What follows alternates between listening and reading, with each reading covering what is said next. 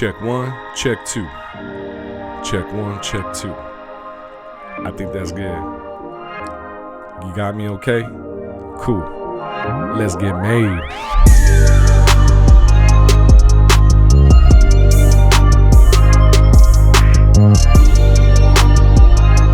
What's up, anglers? Mike here, your host and local angler, Trout Made Angler Company. This is the Get Made Show for show. Man, it's been a minute. I'm excited. I'm stoked right now to be back in front of you, in front of the camera, on the podcast, whether you're watching on YouTube or listening to one of the many podcasts that is available for the Trout Made Angler Company Get Made Show. Thank you for your support. It's been a minute. I've been a little MIA when it comes to the tube and the IG, the gram. The tube and the gram have, I know you might feel neglected, anglers. I'm sorry. I don't mean to neglect you. I really don't. Things are just busy right now. I'm good though. Okay. A little down in the dumps a little bit, but hey, man, that's just, normal stuff. But my spirits are high. My spirits are good. I've been fishing, been getting made, been getting salty. So that's what's been kind of going on with me. Salt Made has been taking a little bit of my attention, and that's okay. It's about getting made, but I don't want to neglect you guys. All right. Because this is where it's all started for me. You guys have been, many of you support Salt Made as well. So I want to thank you for that. And if you haven't checked out Salt Made Angler Company, go ahead, check out the spinoff to the Get Made. Check it out. Some dope, salty content for you. All right. You can go ahead and follow on Instagram. So that's where I've been. That's what I've been doing. Just kind of getting salty and focusing on that a little bit. And, honestly, I've been developing just new content here, here at Trout Made. So besides the Get Made show. So I'm just working on some things for you guys, anglers. I really want to go full blown with this, really want to just go balls out, and create as much content, different types of content as I can for you. So just stay tuned, stay locked. One thing I can guarantee that I'm going to do is just keep fishing. Whether it be, here in California or elsewhere for trout. But I'm going to keep fishing and keep doing this Get Made show. All right, I want to do this at least once a week. So expect to see my ugly mug and some trout talk once a week. Set that notification bell if you haven't subscribed. Subscribe. There's going to be a lot of things I'm just going to be implementing when it comes to showing you guys love for supporting me. Okay, so a lot of things coming down the pipeline. All right. But the first thing coming down the pipeline is all this bullshit going on in California. 2020, we started off our trout fishing season with the delay of the opener. And then, that happened. And, man, I had a good opener. Yeah, had a good opener. If you don't know, I caught a 7.9 Lahontan cutthroat trout out of June Lake. Second largest ever, maybe. It's not verified, but there's witnesses. There was. So since the opener, it has been tough fishing. I've heard anglers. I checked in with you. You checked in with me. I see the gram. There's some fish being caught, but it's tough fishing, and there's a few reasons for that. Okay. 3, just one major reason. It's this hatchery situation, okay? And if you're not hip on game, if you're not up to speed on the hatchery situation, let's break that down. Let's just start here, okay? We had a delay in the opener because of COVID. COVID has been screwing with us all year. But now another bacteria is screwing with us, okay? Another bacteria is here affecting, our angling for trout. 3 out of the 4 trout hatcheries, so the 4 trout hatcheries that are affected by this bacteria are Mojave River, Black Rock, Fish Springs, and Hot Creek hatcheries. So 4 hatcheries got this bacteria, this outbreak, very rare in California, unknown. Okay, they've seen it in Europe, and we'll touch on that, but it's unknown. Hot Creek, 3 of the 4, just like they shut 3 of the 4 down. This is in June, okay? This article, the first article came out June 30th on the California Department of Fish and Wildlife news page, okay? CDFG News. All right. So that article came out June 30th. 3 of the 4. Hot Creek's the only one that's standing right now. Got the load on its shoulders. All right, pulling all this weight for you to get made in Eastern Sierra right now. And there's limited stockings, and we're going to get to that, talk about that little by little. But I just kind of want to do this through a timeline. You know what I mean? So on June 30th, this article came out. This bacteria, the Lactococcus garviae, the LG. All right, the trout got the LG, man. So this Lactococcus garviae, all right, has invaded these hatcheries, this bacteria, and it's just 3 of the 4. Okay, and you know, most bacteria, it happens in our hatcheries, okay, but they treat it. They treat it while the trout are in the water, and you know they're still growing, they're still stocking. It's treated. They seen it. We got that bacteria. Smash it. Move on. Right. That's what's, you know, it's normal. Okay. These are animals. That it's environment. Bacteria. Some bacteria is good. Some bacteria is bad. All right. But this bacteria is unknown and it's super bad. All right. So, you know, so it's been tough trout fishing since the limited stockings. Now there's still stocking going on in the Eastern Sierra. Okay. This is very, very limited. It's been a very tough bite. It's been 3 months since the closures, right, of those 3 hatcheries. And most reports I've seen, and just through the gram and everything like that, it's been, and just, you know, anglers checking in with me, and I'm checking in with some of you guys, and, you know, it's been tough fishing. My experience as well. It's been very tough fishing, you know, since that, 7.9 Lahontan cutthroat trout I caught out of June Lake in the opener. You know, it could be the second one largest in the history. That 7.9 cutthroat. Since then, I haven't had that many notable catches, but, you know, I did catch, you know, but on some beaten paths, you know, so I had to expand besides the local, you know, very popular trafficked lakes in the Eastern Sierra. You have to move out a little bit. So, but it has been slow. It has been slow. And unless those limited stockings, they're only like, they just stocked June Lake like a week ago, 400 pounds. So if you're there during that week of the stocking, that weekend, man, you're made, right? But, you know, you got to plan accordingly. You got to go on the website, check out the modified stocking schedule, and kind of plan accordingly so you can still get on fish. I'm not saying there's no fish in the Eastern Sierra. There's some trout up there. You just got to get made, all right? And get a little bit more effort into, you know, finding the fish. All right. There's a lot of places that's still holding a lot of fish, that will always hold a lot of fish despite stocking. But like the Owens River, that thing's just, it's loaded, you know. So if you don't know how to fish the river, go out there, fish the river. You don't got to have a fly rod. Get the mini jig, cast upstream, and let that bounce that jig back to you. Okay.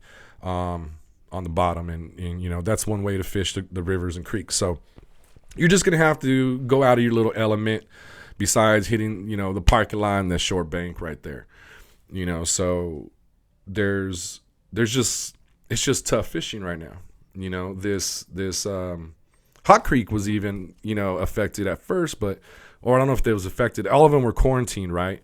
And then then Hot Creek lifted the quarantine, and they're pumping out trout right now. Very little, but they didn't really know what to do. The solution, right? At first, Jay Rowan, all right, he's the program manager, the environmental program manager at DFW, and here's their quote.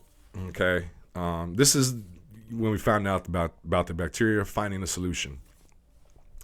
This is the challenge our hatcheries. This is a challenge for our hatcheries because the bacteria is previously unknown in California, and we don't have tried and true strategies on hand to combat it. All right. A successful approach will have three components: treating the affected fish hatcheries, finding the origin of the outbreak, and planning ahead to contain and prevent the spread. Unfortunately, we may be in for a long battle, which means there will not be a lot of fish plants in the near future in the Eastern Sierra and Southern California. I wish we could give anglers a target date for when we think we can start planting again, but it's all up to how fast and how well the fish respond to the treatments. That's Jay Rowan. Thank you, Jay, for what you do. But guess what? There's no treatments. The solution, all right, they've researched, and I read in this article, in Europe, their hatcheries, they found this bacteria, and the only way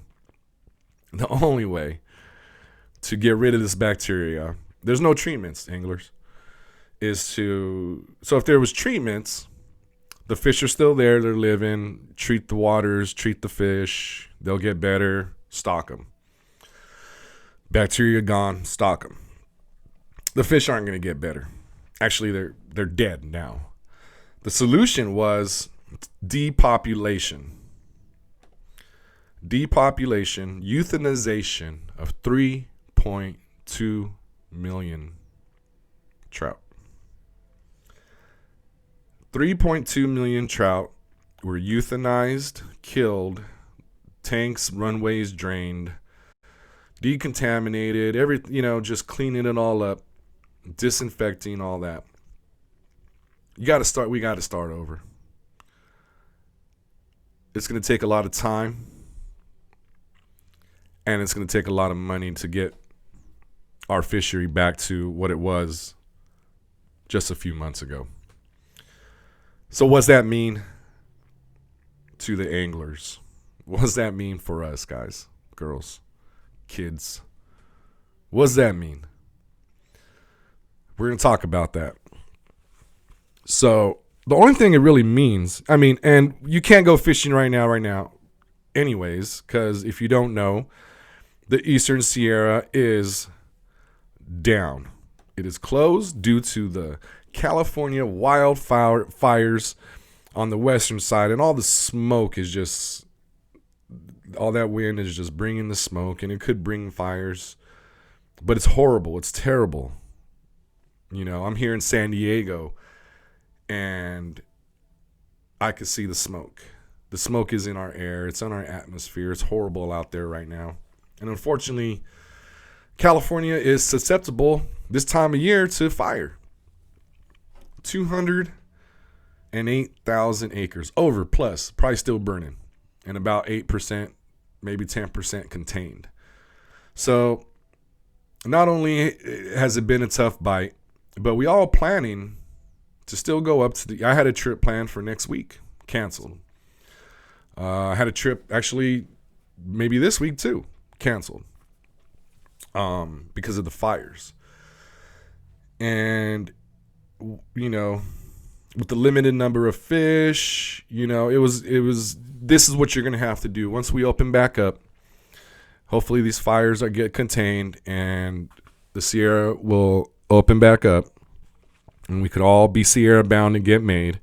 But until then, how as an angler you should be preparing for the reopener of the Eastern Sierra due to the California wildfires you should be preparing. Okay, if nothing is affected in that area as far as fire wise, the eastern side, once fires are contained, smoke dies, we'll be able to go back in. I mean, you got to think about breathing and all that, man.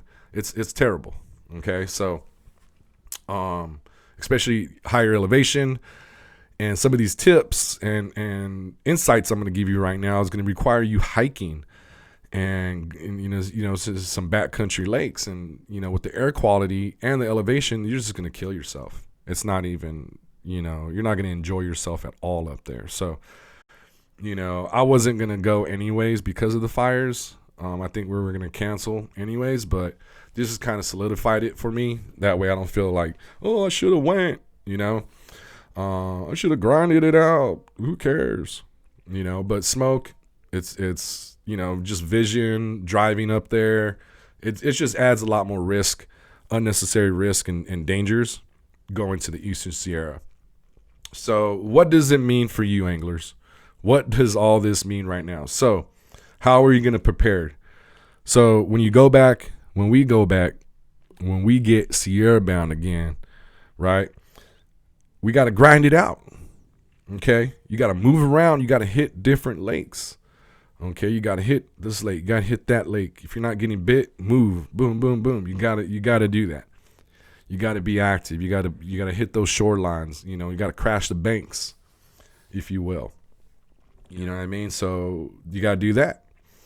Like I was mentioning, there's a modified stocking schedule. Check the stocking schedule online, DFW website.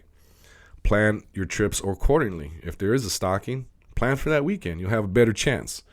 And they'll tell you where they're stocking, what lakes, what rivers, streams, what have you, creeks. And you can go there and target those waters based off the modified stocking schedule, where they're stocking right now. June Lake they stocked, it was only about 400 pounds though. All right, so anglers that were there got on some fish, got on some trout, getting made. By all means, get made.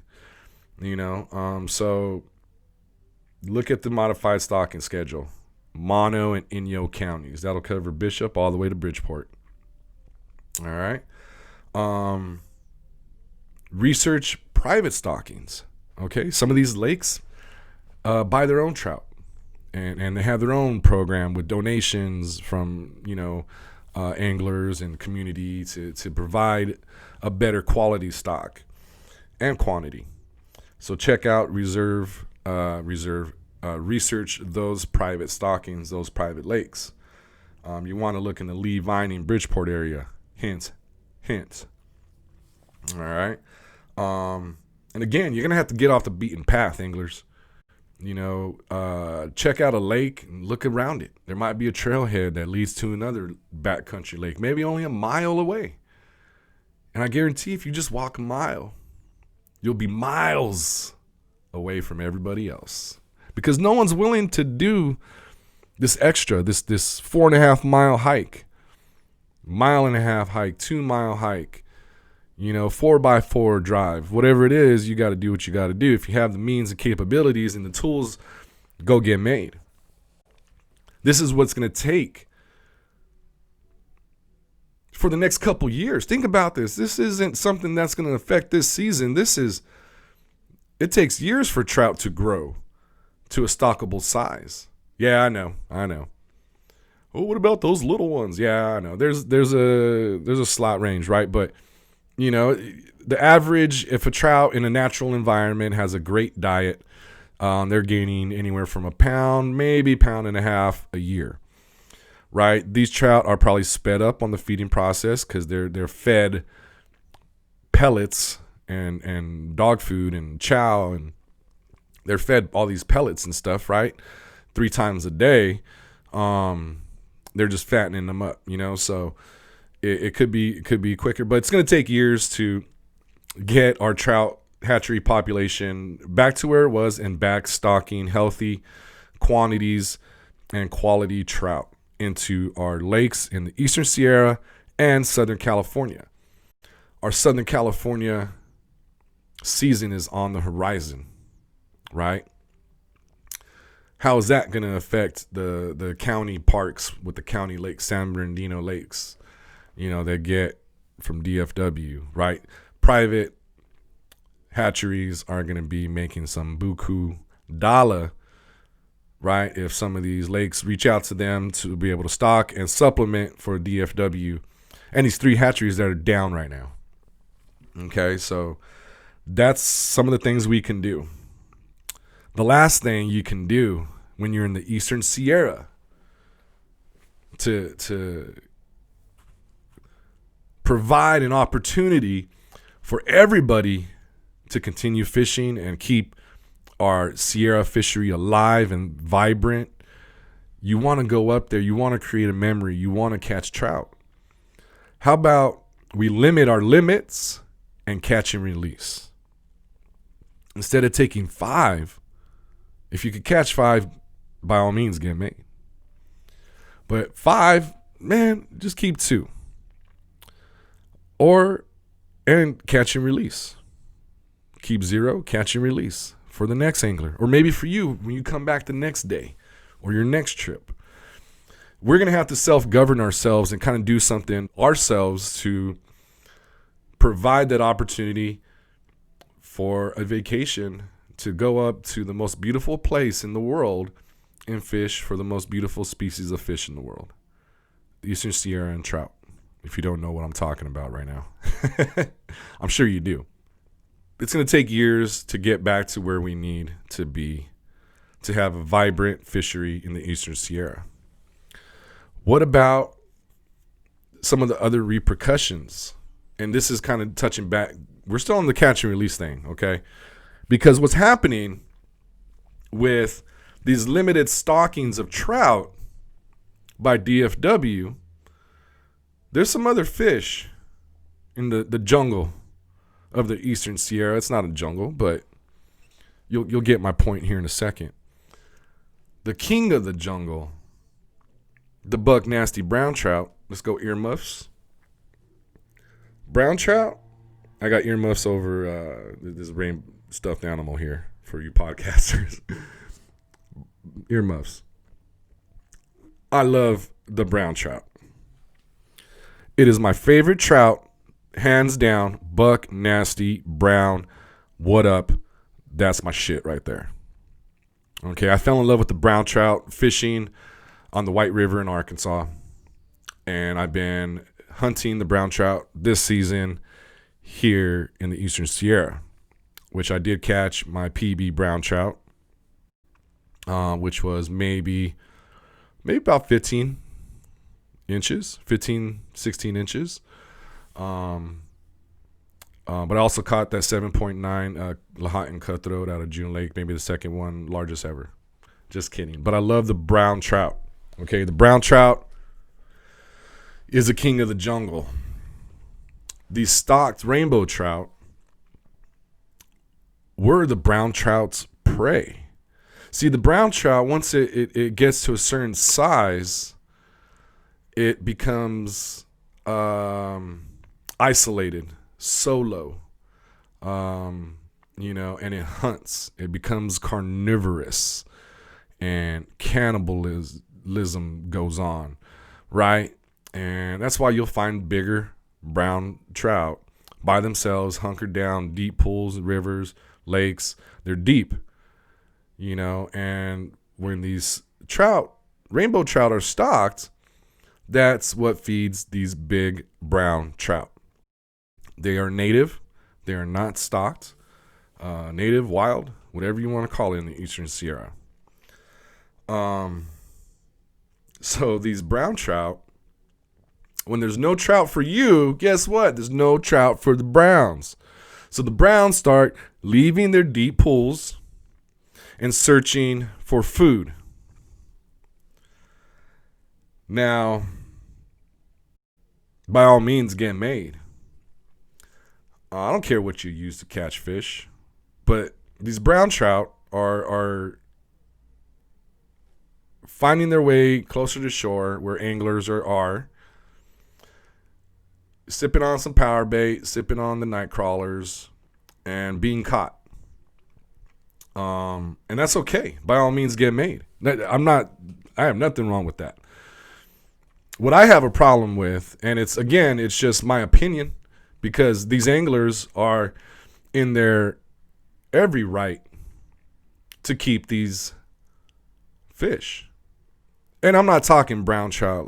These are 11-pound. I got pictures. They're up.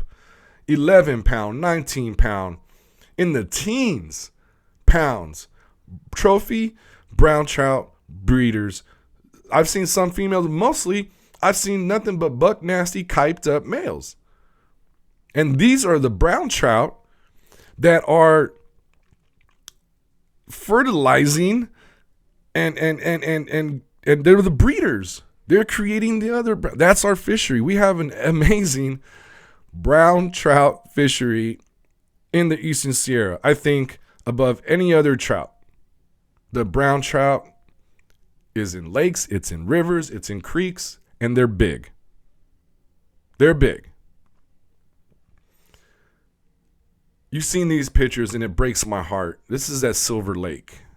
And it's, by all means, get made.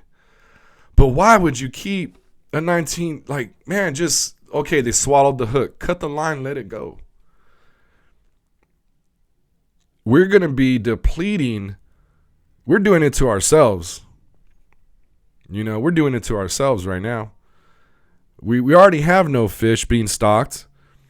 This is a whole ecosystem. You know what I mean? This affects this, which affects this.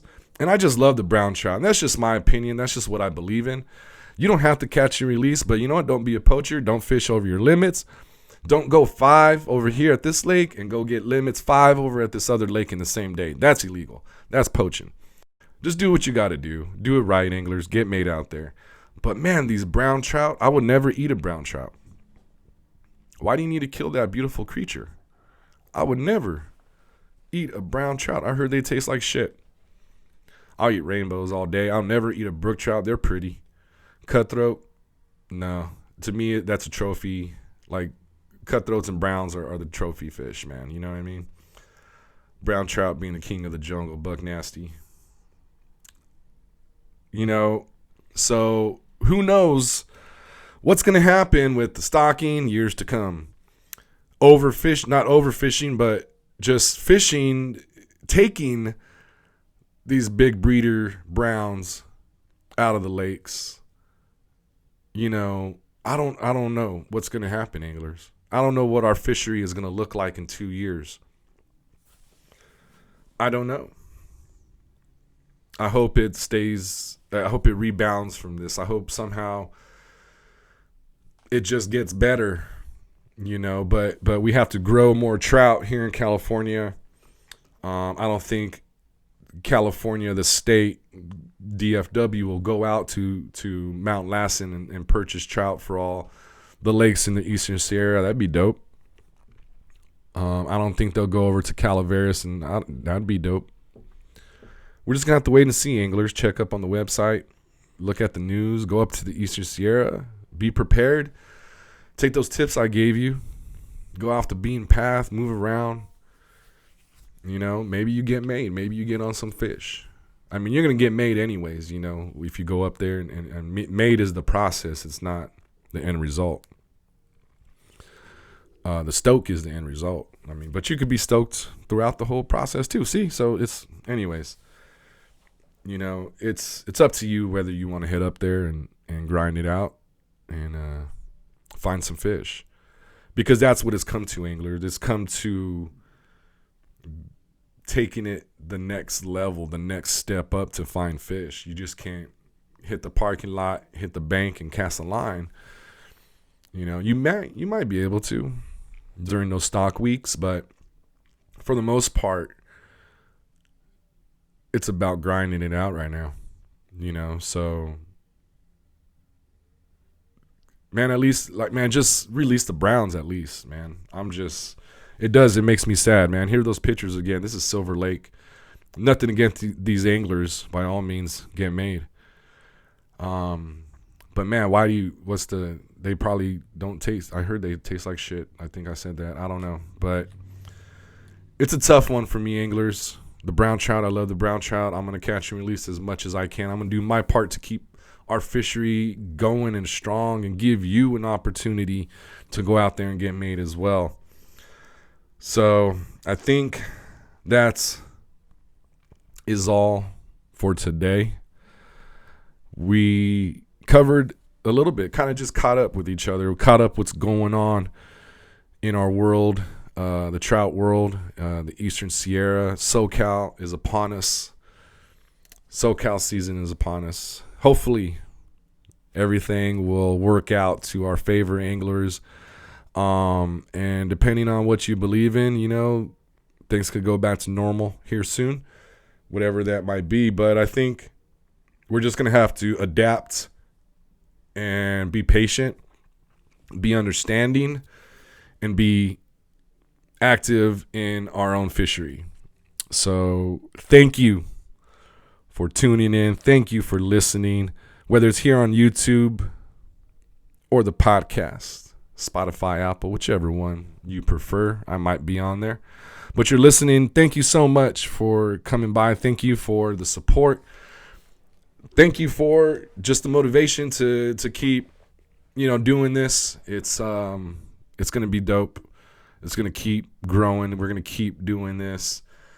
I'm stoked, anglers. You know, besides everything going on, you know, man, let's get made. Whether it's salt, whether it's hitting the bass, let's go get made, anglers. Being out there in the outdoors fishing is unbelievable.